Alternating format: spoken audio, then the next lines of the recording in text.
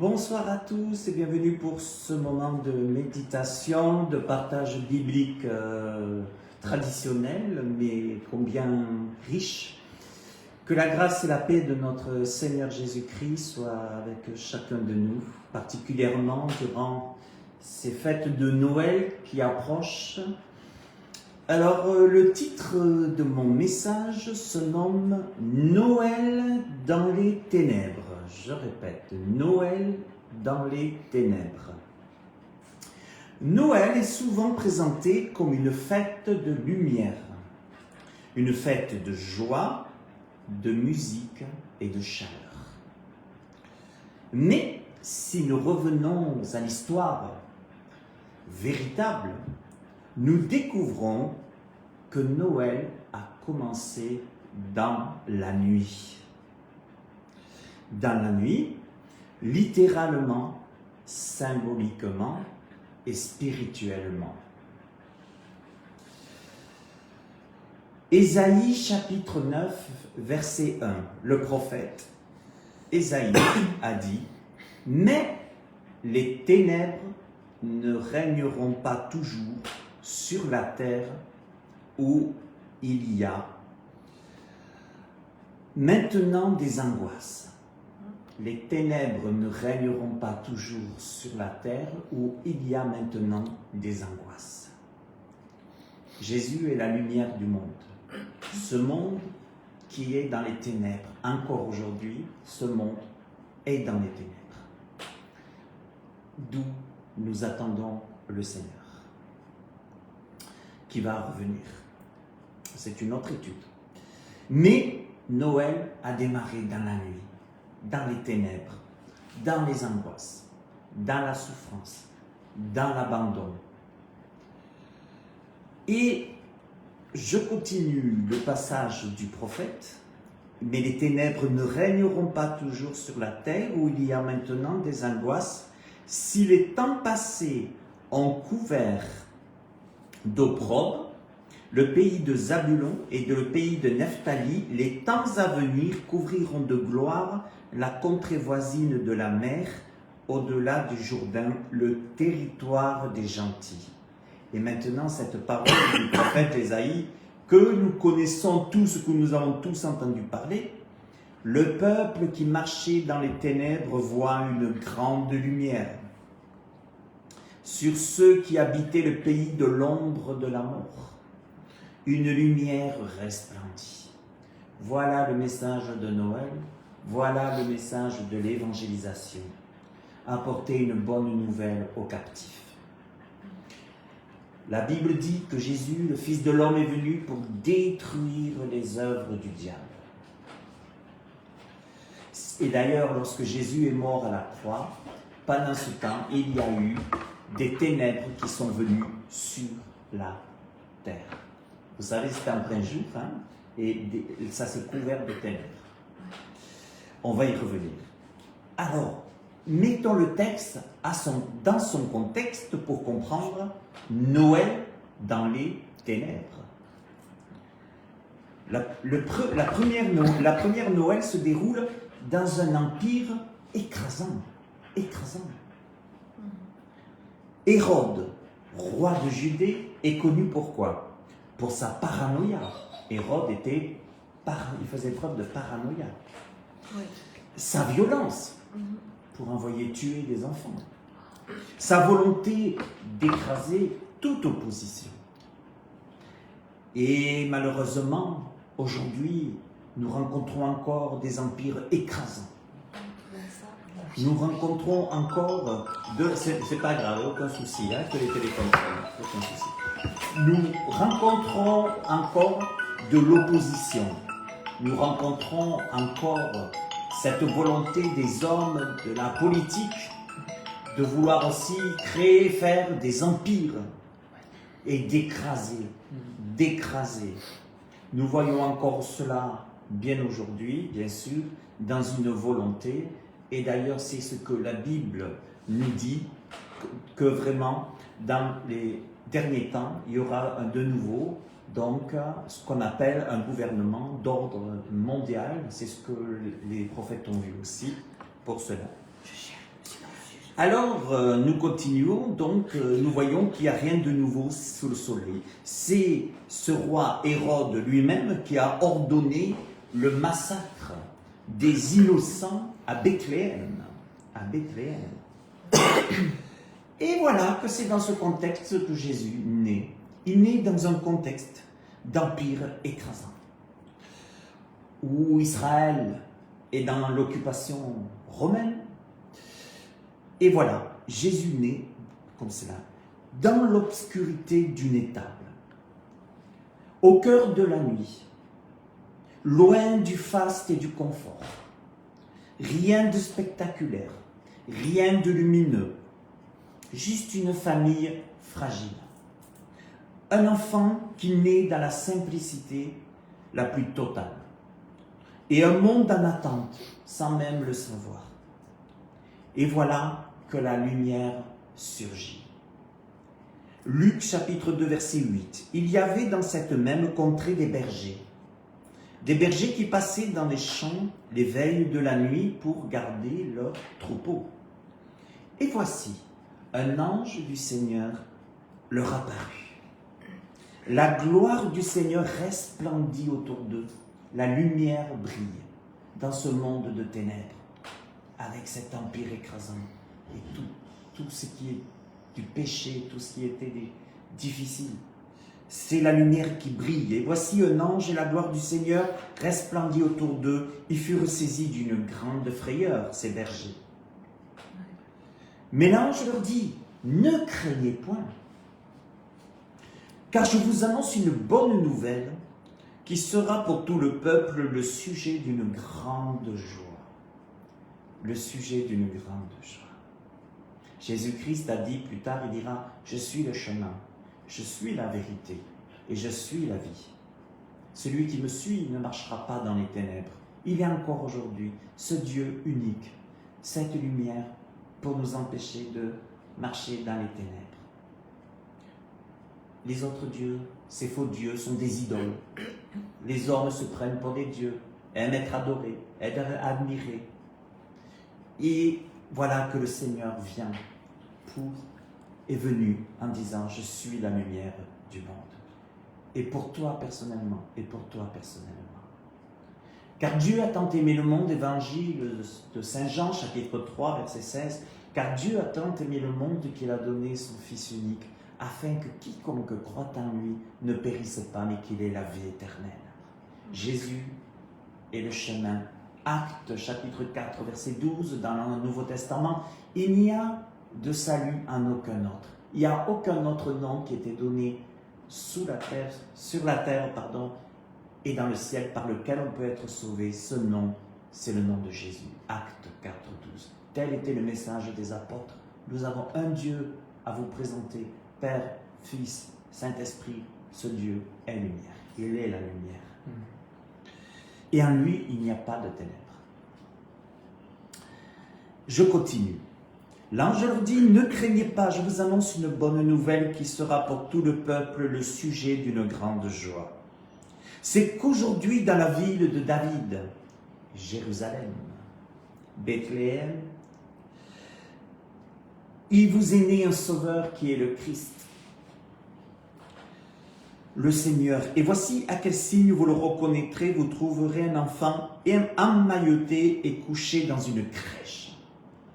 Et soudain se joignit à l'ange une multitude de l'armée céleste, louant Dieu et disant « Gloire à Dieu dans les lieux très hauts, et paix sur la terre parmi les hommes qui l'agréent. » Jésus dira plus tard, « Je ne suis pas venu apporter la paix, mais je suis venu apporter l'épée, la division. » Pourquoi? Parce qu'il est une source d'épée et de division quand son message n'est pas reçu, quand il n'est pas reçu. Jésus est venu apporter la paix dans les cœurs. La paix dans les cœurs, c'est le plus précieux, d'avoir la paix intérieure. Cette paix que le Christ habite en nous et qu'il est la lumière. Non seulement il est la lumière du monde, mais Jésus lui-même dira à ses disciples, vous êtes lumière. Vous êtes lumière. Parce que Christ en nous, l'espérance de la gloire. Et Jésus a dit, il vous est avantageux que je m'en aille, quand il le dira juste avant l'ascension. Car si je m'en vais, je pourrai envoyer sur vous le Saint-Esprit promis, l'Esprit de Dieu, son Esprit qui habite dans chaque croyant. Nous sommes nous-mêmes créés à l'image de Dieu trinitaire. Esprit, âme et corps. Ainsi, à l'image de Dieu trinitairement, Dieu, Père, Fils, Saint-Esprit. Et ce qui est beau, c'est de savoir que Dieu habite en nous. Christ en nous, dira l'apôtre, l'espérance de la gloire. C'est clair que Jésus n'est pas un Dieu qui oblige. Jésus n'est pas une personne qui oblige à venir à lui. Il est venu, il a parcouru. Il a parcouru la Judée, il a parcouru. Et il a dit, certains l'ont accepté, l'autre refusé. Il a dit, lui il disait, venez à moi, vous tous qui êtes fatigués. Vous êtes fatigués dans ce Noël dans les ténèbres, dans ce monde de ténèbres, vous êtes fatigués et vous êtes chargés. Parce que ce monde ne fait pas de cadeaux. Parce que le prince de ce monde ne fait pas de cadeaux. Parce que les méchants ne font pas de cadeaux. Des méchants ne font pas de... Qui sont les méchants? Ceux qui rejettent la lumière. Ceux qui rejettent le Christ. Ceux qui veulent marcher dans les ténèbres. Oh, ils fêteront Noël. Ils fêteront Noël parce qu'ils aimeront manger, ils aimeront boire. Ils aimeront profiter de cette fête pour avoir des congés, des vacances et profiter de tous les biens, s'offrir des cadeaux. Mais leur cœur est éloigné de la lumière qui est le Christ, le Sauveur. Alors, Jésus continue. Et ici, j'aimerais dire maintenant pour terminer que si Noël commence dans la nuit, Jésus vient dans les ténèbres, dans ce monde de ténèbres. Noël commence dans la nuit, mais n'y reste jamais. Il y eut un soir, et il y eut exactement un matin. La nuit, les ténèbres ne régneront pas toujours. Quand la lumière vient, il n'y a plus de ténèbres. Et la lumière, si nous éteignons de la lumière qui fasse nuit, combien nous verrons que nous avons besoin d'avoir la lumière pour y voir clairement. Et les gens marchent dans les ténèbres, ils ne veulent pas. Vous savez, il y a l'évangile de Jean, chapitre 1, qui commence comme ça. Au commencement était la parole de Dieu. Au commencement était la parole était avec Dieu, et la parole était Dieu. Toutes choses ont été faites par elle. En elle était la vie, et la vie était la lumière des hommes. Et il est dit aussi que la parole est venue vers nous. Elle a tabernaclé parmi nous. Nous avons même contemplé, dira Jean, cette parole. La lumière est venue, mais les hommes ont préféré les ténèbres à la lumière parce que leurs œuvres étaient mauvaises. C'est dans l'évangile de Jean. Et la parole, c'est Jésus. Et la parole, c'est Jésus qui est la parole de Dieu. Dieu parle par le Fils. Dieu a parlé par le Fils. Vous vous rendez compte, les hommes ont préféré les ténèbres. Les hommes préféraient la nuit. Les hommes, et c'est pour ça que déjà Dieu dira à Moïse, j'ai mis devant toi la vie, la lumière et la mort. La bénédiction, la lumière et la mort. Choisis la vie afin que tu vives. Choisis la vie. Alors on continue. Mais voilà que Jésus est en lumière. Mais voilà que le message de Jésus, lumière, cette lumière est un appel à changer de vie. Un jour, on m'a dit, qu'est-ce qu'il faut pour que je devienne aussi la lumière du Christ? Que je sois une lumière, que je puisse briller autour de moi. Alors, j'ai lu à cette personne, Jean 1, justement 9, on va le redire, cette lumière était la véritable lumière qui, en venant dans le monde, éclaire tout homme. Vous vous rendez compte que Jésus, il éclaire tout homme. Il va faire en sorte que tout le monde puisse entendre parler de lui. Alors on essaye d'enlever les crèches. On essaye de dire au nom de la laïcité, on doit fermer les crèches. Les hommes préfèrent les ténèbres à la lumière. La lumière les dérange. Alors que Jésus ne cesse, Dieu, par les crèches, par toute autre fête chrétienne et autres, essaye de dire, je suis là, j'ai un message pour vous. Vous êtes dans les ténèbres. Et voilà que les hommes, certains préfèrent les ténèbres à la lumière. Ils veulent enlevé les crèches. Ils ne veulent plus entendre parler de Noël, mais de fêtes d'hiver. Mais on en est où aujourd'hui? Dieu n'a plus sa place parmi nous. Ah, on aime l'argent. Vous savez, on aime la gloire. Certains aiment l'argent, la gloire, le succès, l'homme aime ça. Mais quand on lui parle de Jésus, la solution de Dieu pour être sauvé, pour marcher dans la lumière avec le Christ, il le refuse bien souvent. Je continue. Et comment faire alors? Je vais vous le dire tout à l'heure, je vais dire. T'es pressé, ça. Et voilà que la Bible dit, elle est venue chez les siens. Elle est venue chez les siens. Elle est venue parmi nous. Apocalypse, Jésus dit à une église, voici, je me tiens à la porte du cœur. Je me tiens à la porte et je frappe. Si quelqu'un entend ma porte, ma voix, pardon. Si quelqu'un entend ma voix et ouvre la porte, donc il parle de son cœur ici, je vais rentrer chez lui, par mon esprit, le Saint-Esprit de Dieu. Et j'habiterai avec lui, je souperai avec lui. Regardez bien.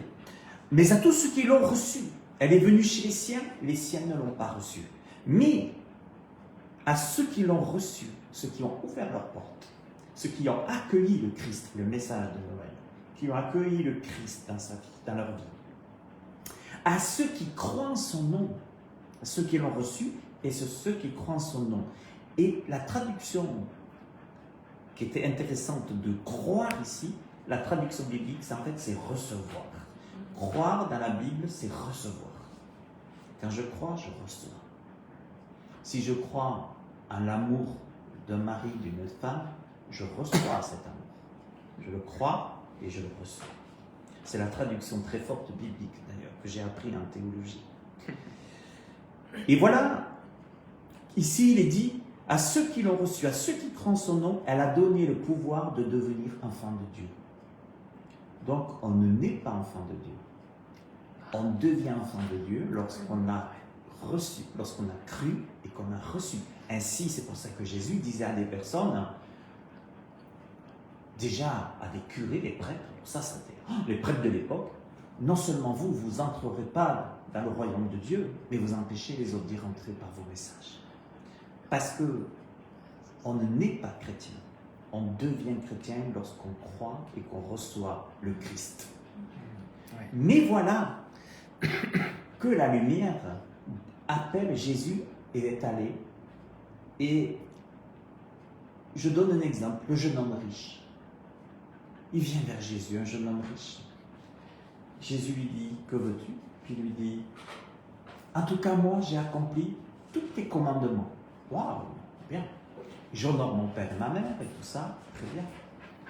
Et Jésus le regarde et lui dit, mais tu sais, si tu veux me suivre, vends tout ce que tu possèdes et donne-le aux pauvres. Il est parti. Vous savez, c'est pas l'histoire qu'il faut faire ça, attention, hein, c'est pas ça.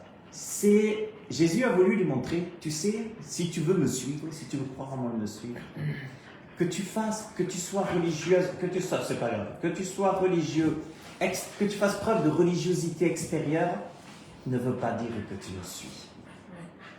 Et Jésus dira par la suite, et c'est intéressant, que plusieurs frapperont à la porte et diront, lorsqu'ils vont mourir, et diront, Seigneur, c'est moi.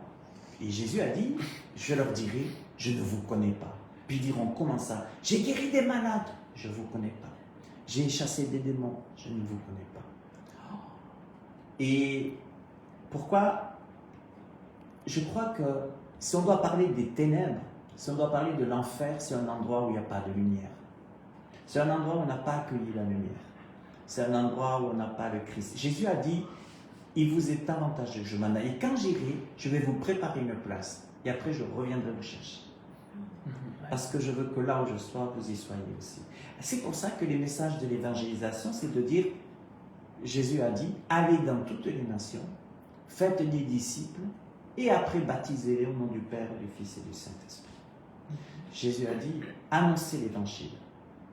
Et voilà que Pierre, à la Pentecôte, va annoncer l'évangile en disant quoi? C'est pour cela que la lumière, elle appelle à un changement de vie, que c'est pour ça que Jésus a fini à la croix, repentez-vous.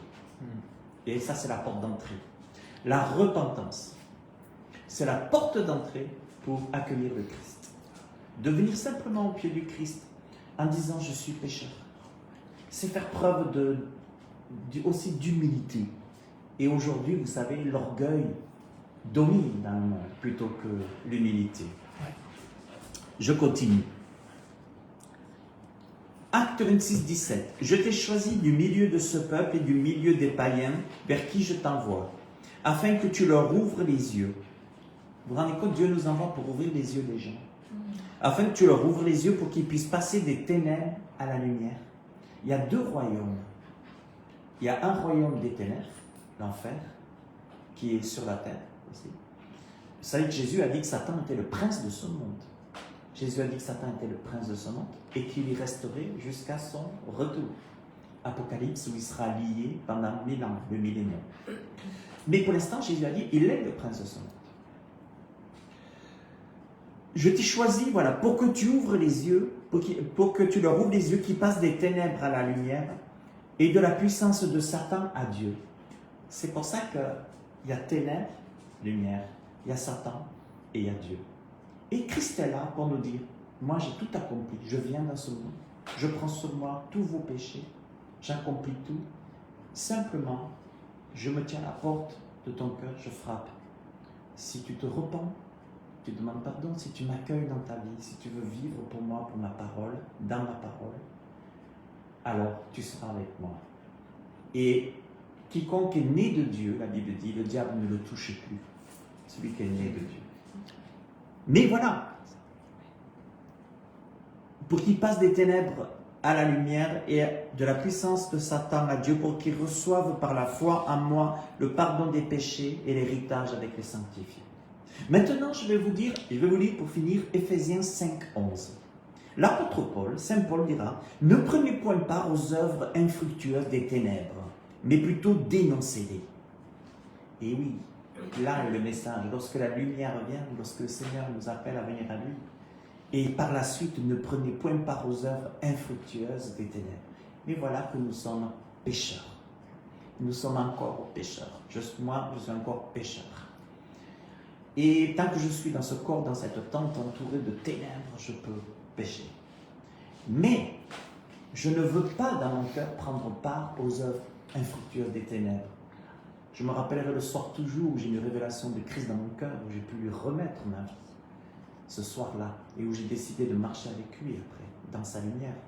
Je me rappelle, je ne voulais plus, je condamnais, et je condamne toujours ces œuvres que avant que je devienne chrétien, je condamne maintenant tout ce que je faisais avant, je n'aime pas. Je ne veux pas y prendre, je ne veux plus y prendre part.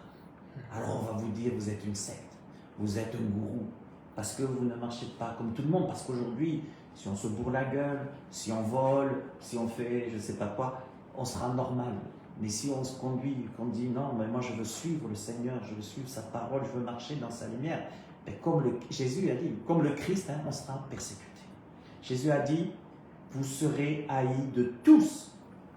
Vous serez haïs de tous jusqu'à la fin. Mais celui qui persévérera sera sauvé. Aujourd'hui, la Bible dit dans l'Apocalypse que dans les derniers temps, les gens appelleront le mal bien et le bien mal. Il n'y a rien de nouveau sous le soleil, dira Salomon l'Ecclésiaste. Ce qui a été, c'est ce qui est et c'est ce qui sera. C'est pour cela que les politiciens aujourd'hui ont soif d'empire, de nouveau un empire où on étouffe, où on affaiblit, où on rend pauvre et on s'enrichit là-haut et on rend les gens malheureux. Alors, mes amis, je termine, c'est promis. J'aimerais vous dire que les œuvres des ténèbres sont dites infructueuses ici. Ça m'a beaucoup parlé de ce que dit Saint Paul. Infructueuses. Pourquoi? Parce que les œuvres des ténèbres, elles promettent beaucoup. Beaucoup. Mais ne produisent rien de bon.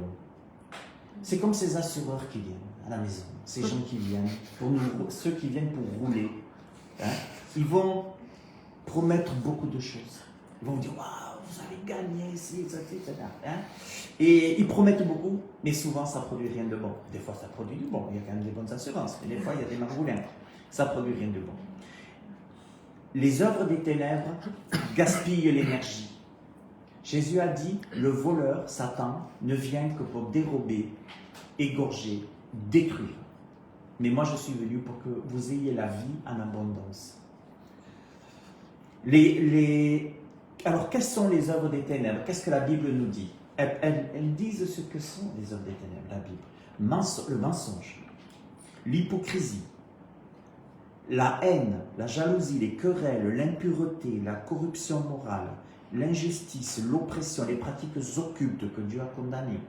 Tu ne consulteras pas les astres, les horoscopes, la voyance, tout ça. Dieu ne veut pas parce que c'est un monde spirituel occulte. Tout ce qui se nourrit de la peur, de la honte ou du secret. Bref, tout ce qui étouffe la vie intérieure. Les œuvres des ténèbres peuvent sembler puissantes, mais elles n'ont aucun avenir. Aucun avenir. Elles ne produisent rien. La lumière, elle produit des fruits. La paix, dit la Bible, la joie, la vérité, force intérieure, clarté. La lumière est venue dans les ténèbres. Jésus nous invite à sortir des ténèbres. Jean 3, 19. Et ce jugement, c'est que la lumière étant venue dans le monde, les hommes ont préféré les ténèbres à la lumière parce que leurs œuvres étaient mauvaises. C'est ça. Beaucoup pensent qu'on est né chrétien. Non, on ne naît pas chrétien. On le devient. Dans un choix personnel de dire, je veux accepter Christ. Je veux accepter cet enfant qui vient de naître. Jésus est le chemin, la vérité et la vie. Soit on aime ce qui est mauvais, on y prend plaisir, comme à Sodome et Gomorrhe, comme au temps de Noé. Éphésiens 6,12. Car nous n'avons pas à lutter contre la chair et le sang, mais contre les dominations, contre les autorités, contre les princes de ce monde de ténèbres, contre les esprits méchants dans les lieux célestes. Tous les démons, on a à lutter. Jésus lui dit, Jean 14,6, je suis le chemin, la vérité et la vie, nul ne vient au Père que par moi. Colossiens 1,12, l'apôtre Paul dira, rendez grâce au Père qui vous a rendu capable d'avoir part à l'héritage des saints dans la lumière, qui nous a délivrés de la puissance des ténèbres, qui nous a transportés dans le royaume du Fils de son amour, en qui nous avons la rédemption et la rémission des péchés. Fuis les ténèbres et reste dans la lumière. C'est le message que je vous donne à tous, mes chers amis, pour ce Noël et pour l'année 2026 à venir. Je vous le dis, fuyez les ténèbres dans ce monde et restez dans la lumière. La nouvelle que nous avons apprise de lui, 1 Jean 5, 6, l'apôtre Jean qui parle, la nouvelle que nous avons apprise de lui et que nous vous annonçons, c'est que Dieu est lumière et qu'il n'y a point en lui de ténèbres. Si nous disons que nous sommes en communion avec lui et que nous marchions dans les ténèbres, nous mentons et nous ne pratiquons pas la vérité. La lumière continuera à dévoiler ce qui est encore ténèbres en moi déjà. Je suis encore pécheur quand je suis dans ce point. Combien de fois, des fois, le Seigneur me dit, Patrice, là, attention, regarde, là, les ténèbres voudraient bien t'enrouler. Hein? Attention. Vous savez, c'est vite fait. Hein? Si un aveugle conduit un autre aveugle, a dit Jésus, les deux, ils tombent dans la fosse. Et il faut faire attention parce que beaucoup voudraient nous entraîner. D'accord? Et la lumière, elle continuera à dévoiler ce qui est ténèbres en moi. Ma fierté, ma propre justice, ma recherche d'honneur. J'ai le choix dans cette situation. Aimer la lumière et choisir la parole de Dieu. La parole de Dieu que je vous annonce encore ce soir, et je continuerai, c'est la parole du Christ, c'est la lumière. Cette parole, elle est lumière. Pour cela que je vous invite tous à avoir une Bible à la maison, à vous en procurer une si vous n'avez pas, lisez-la, c'est la parole de Dieu. C'est une parole, vous savez, c'est comme quelqu'un disait, c'est le code de la vie, c'est le code de la route. Attention, sans interdit là, dangereux, va à gauche, puis va à droite. Elle nous conduit, elle nous guide pour rester dans la lumière et ne pas marcher dans les ténèbres. C'est David qui dira, je serre ta parole contre moi afin de ne pas pécher. Ta parole est une lampe à mes pieds, une lumière sur mon sentier. C'est pour ça que je la serre contre moi et chaque jour que je vais vivre, je vais me dire, qu'est-ce qu'elle dit? Si on me propose ça, si on me propose ça, si je sais, qu'est-ce que dit? Moi, j'ai besoin de cette parole pour marcher dans la lumière, pour marcher en Christ. Et Dieu nous a donné sa parole par la Bible. La Bible, elle a été donnée par le Seigneur. Et ce n'est pas une Bible, ce ne sont pas des hommes qui l'ont écrit. Des hommes l'ont écrit. La Bible dit que c'est inspiré par le Saint-Esprit que des hommes ont parlé de la part de Dieu. Quand le Saint-Esprit, Jésus a dit, je vous enverrai l'Esprit Saint, quand le Saint-Esprit habite en nous, on peut parler de la part de Dieu. On peut rappeler ses paroles. On peut dire les choses. Et ça, c'est donné à tout le monde. Mais attention, vous, dans ce monde, vous pouvez parler de beaucoup de choses. Vous pouvez parler de Bouddha, vous pouvez parler de beaucoup de choses. Mais il y a un nom qui risque de faire réagir les ténèbres, c'est Jésus. Celui-là, il ne passe pas. Il n'est pas passé, il est fini à la croix, il ne passerait pas encore aujourd'hui. Jésus.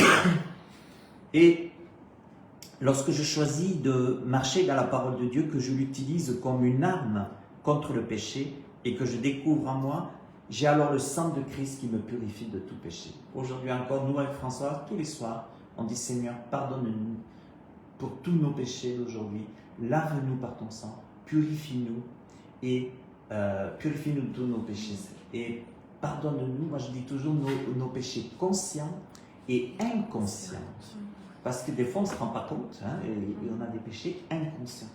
Parce que tant qu'on est dans cette chair, et quand on voit ce monde de ténèbres, quand on voit tout ça dehors, on a envie de se faire justice des fois, et on pèterait les plombs facilement. Je ne veux pas rentrer là-dedans, et garde-nous, hein, Seigneur. Car, je vais vous lire maintenant, ici Jean 3, 19, 21, ça je vous l'ai déjà lu, pardon.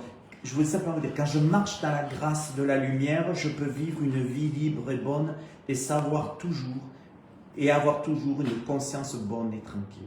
Je vous souhaite à tous, chers amis, un joyeux Noël dans la lumière du Christ, que la lumière du Christ habite en vous.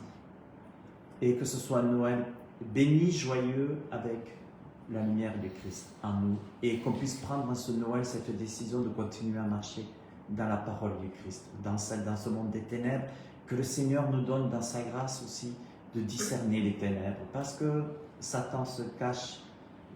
Les ténèbres ne sont pas forcément souvent comme on croit, où on les voit et tout. Et on sait que les mauvaises compagnies corrompent les bonnes humeurs, etc. Il y a plein de choses, mais que le Seigneur nous garde, nous montre et nous protège en tout cas.